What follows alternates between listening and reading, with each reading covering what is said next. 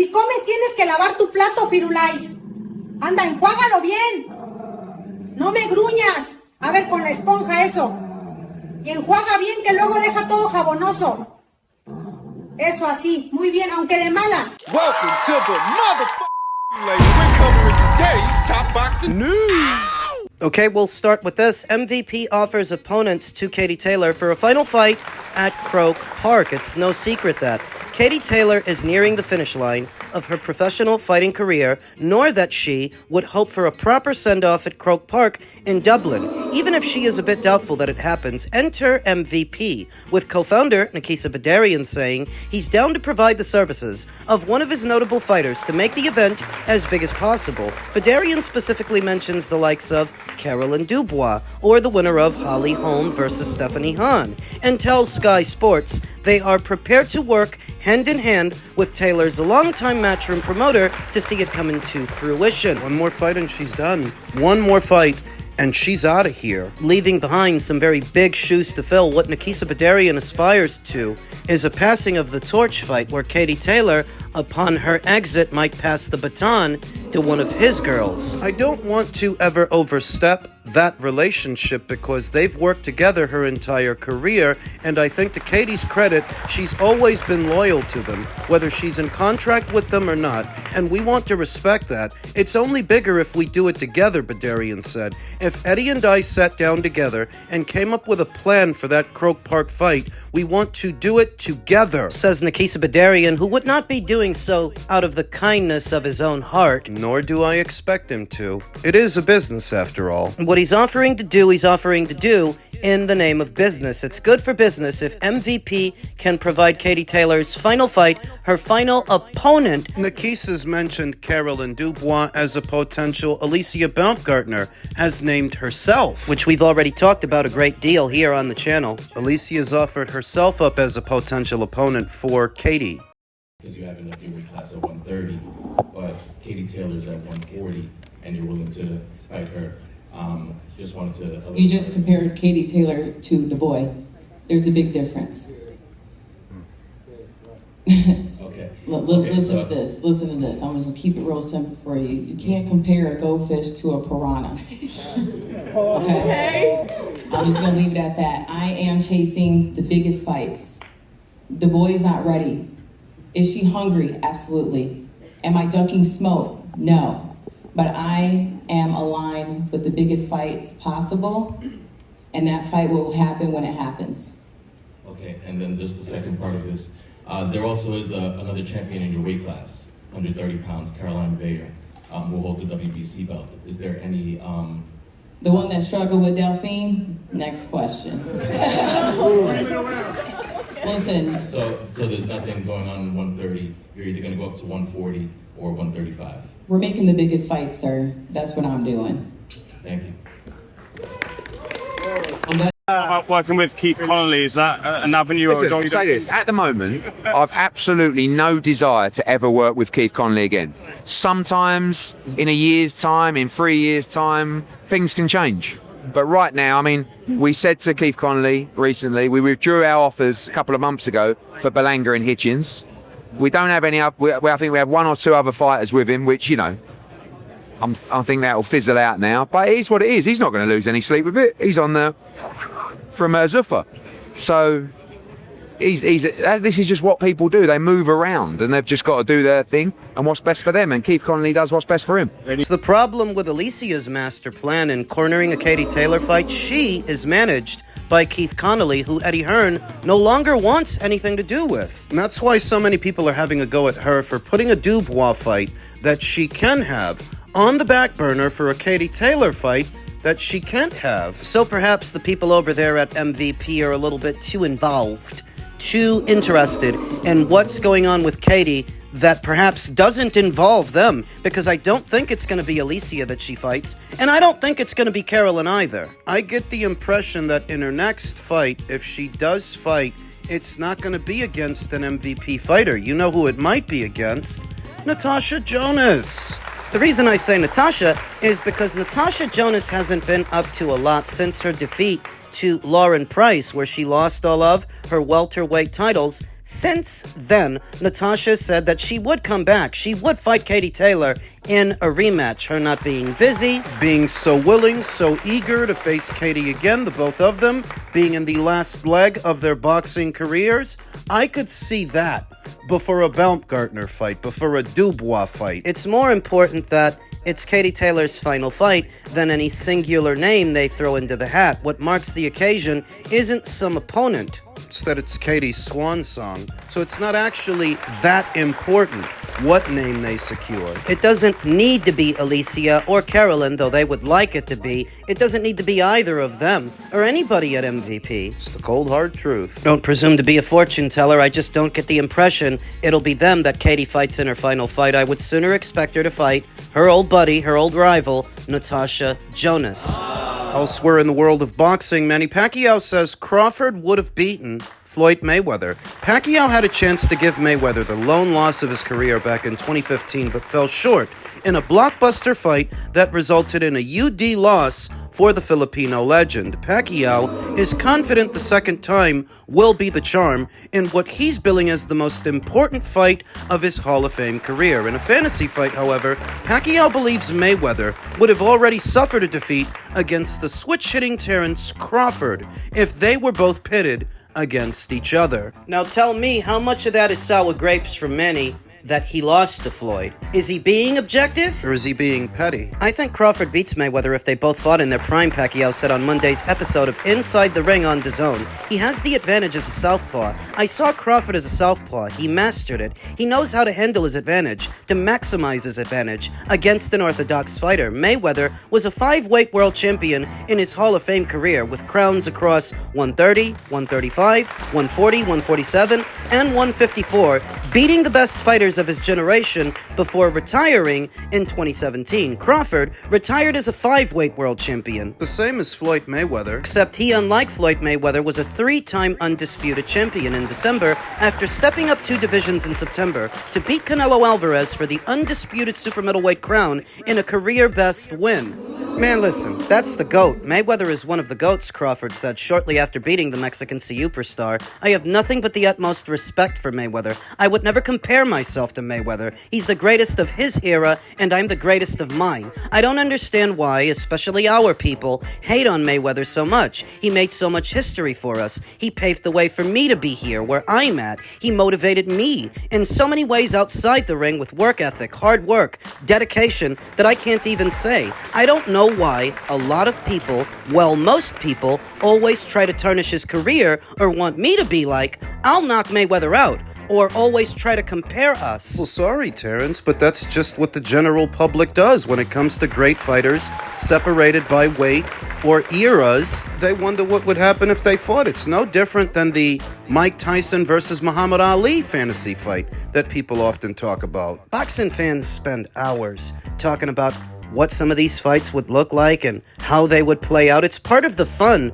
of being a boxing fan, and he's just got to get over that in a vacuum, some people think he would beat Floyd Mayweather. They do compare them because they have that to which can be compared. Terrence is a 5-weight world champion, but so was Floyd. They actually campaigned in a lot of the same weight classes, though Mayweather and Crawford's paths didn't cross during their respective careers, as they ended up being the greatest fighters of their eras. Mayweather, who is 10 years older than Crawford, closed the book on his professional career at welterweight with a stoppage win against Conor McGregor in August of 2017. Just days after, Crawford became the junior welterweight champion. Crawford didn't move up to welter until June of 2018 when he captured the WBO title with a 9th-round knockout win over Jeff Horn, who controversially beat Pacquiao the year before. Crawford and Pacquiao could have fought each other too, as they were both under contract with Top Rank for nearly a decade. But promoter Bob Arum admitted in 2019 to killing the fight because he feared Crawford would deliver a beating on Pacquiao that would have resulted in serious disability for Manny. Context matters a great deal when you talk about what Bob Arum said in 2019, because this was after Manny Pacquiao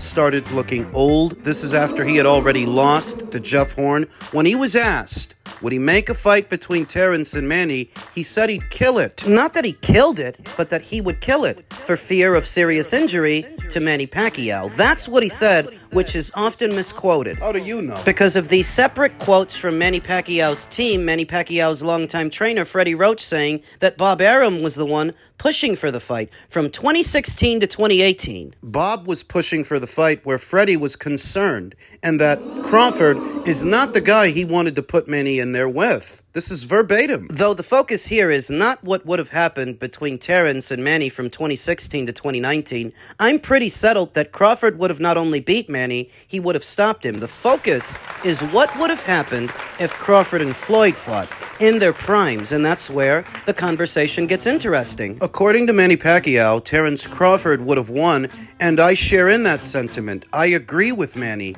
At most weights the contest could have taken place, I would favor Crawford to win. At 135, I would have favored Floyd because at that weight, Terrence was just starting out. He was green, where at that weight, Floyd was more experienced. At 140, it is a more even contest. You could argue that at 140, that's where it's more of a 50-50 fight, but I would still favor Terrence. At 140, at 147, I believe Terrence would have beat Floyd at 154. I believe Terrence would have beat Floyd. I believe that Terrence beats Floyd at most weights where they jointly campaigned. I never bought into the idea that Floyd Mayweather was this unbeatable fighter who you could drop him in any era and he would stay unbeaten. I can think of a few guys that I would pick to beat Floyd Mayweather. Crawford is one of them. That doesn't mean Floyd Mayweather wasn't a great fighter or the best fighter of his era, but Terrence was arguably the best fighter of his. Most would argue that Floyd Mayweather has the better resume of the two, the better names. Where I would argue that Terrence Crawford has the better accomplishments. You've both been 5-weight world champions, but where Terrence surpasses Floyd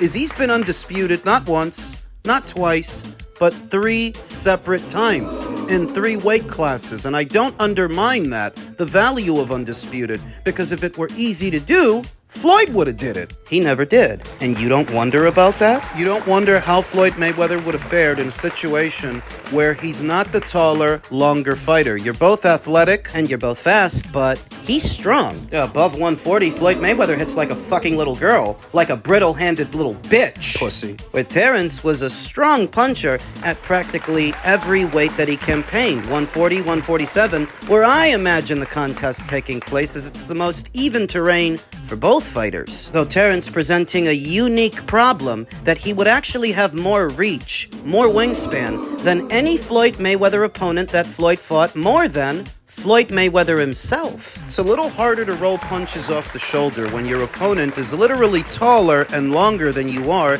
and they don't need to be close to you to hit you. You know, the Philly shell is not a bulletproof vest. It's not a fucking force field. Punches can still get in, and I anticipate that Terrence, being slightly taller and somewhat longer, would be able to connect with punches through Floyd Mayweather's Philly shell. Tack on that he's a switch hitter, so he could attack the guard from different angles at different moments in the fight. Conditioning the opponent to expect punches from the orthodox stance, then suddenly switching to southpaw. It throws the opponent off, I think. It would throw Floyd Mayweather off.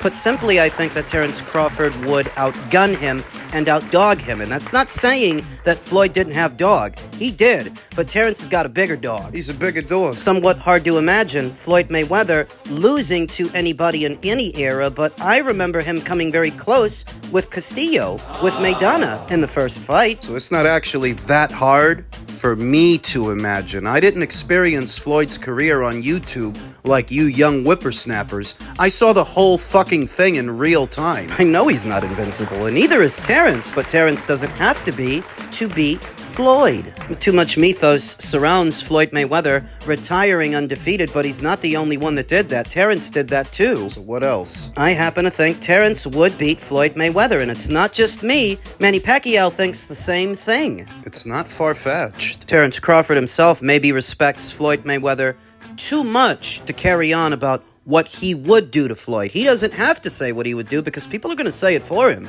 I'm going to say it for him. He would have beat Floyd. Devin Haney is a good fighter. I mean, inside that ring, he has good IQ, good speed, good boxing skills. But we know what happens every time they touch him, and we know what happens every time he feels uncomfortable. We've seen it. It's not the first time. So 154 would be way too much for him to deal with 54, you. man, I mean, at 47, he's probably walking around, he's a big guy, so he's probably walking around 165. Right. I mean, people 150 talk about his chin. What you walking around at a fight night? You about 180 right now. You about 180 right now. Let's keep it about 180 right now. Let's keep it at that. You bigger than that? Damn. 180. Cruiserweights in there. All right, let's talk about this fight, man.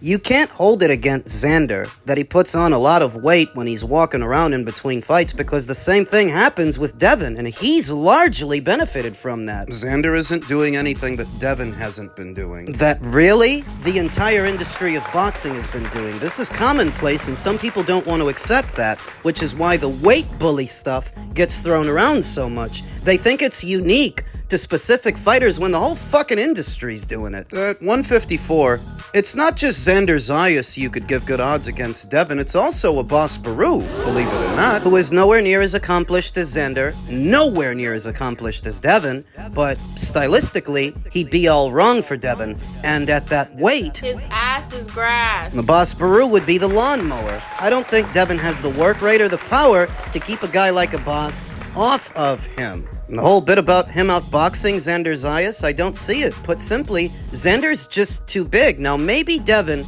is the better boxer with the better X's and O's. I say maybe. Let's give Devin that, just for argument's sake. After a while, size matters. You can't use fighters like Alexander Usyk, Who's often the smaller man in the ring, overcoming size. You can't use fighters like Canelo Alvarez, Who's often the smaller man in the ring, overcoming size. As the example for the majority, they are the exception to the majority, which is what makes them exceptional. They are often good enough to overcome noticeable size disadvantages, in some instances weight disadvantages, but everybody ain't got it like that, and I don't think Devin has it like that. Look at what happened to him at the hands of Ryan Garcia, who's just a little bit taller and a little bit longer. You don't think the Peds had something to do with it? I do, but I don't think it all comes down to what Peds Ryan was using. That may have added something to the punch, but the fact that he was able to land the punch, that speaks to what I'm talking about now. Devin Haney is not used to being the smaller fighter. It's really not used to being at a height disadvantage or a length disadvantage, let alone a weight disadvantage. Devin is a long-range fighter who's largely benefited from a size advantage at 135, in some instances at 140. But it's a bit harder to control the distance at which the fight is being fought when the other guy's taller than you are, longer than you are, doesn't need to be close to you to hit you, and doesn't have to hit you that hard. He's used to dealing with bigger guys than you are. Worse, Devin doesn't have power. He just doesn't have the power to keep big junior middleweights off of him. Something very true about what Xander Zayas is saying about Devin Haney and a fight between them at junior middle. This is pugilism. This is boxing. This is not a video game. There may be, and there may have been, a few exceptional fighters out there who regularly overcame size and length disadvantages, weight disadvantages, but that's not what happens most of the time. Most of the time, size matters.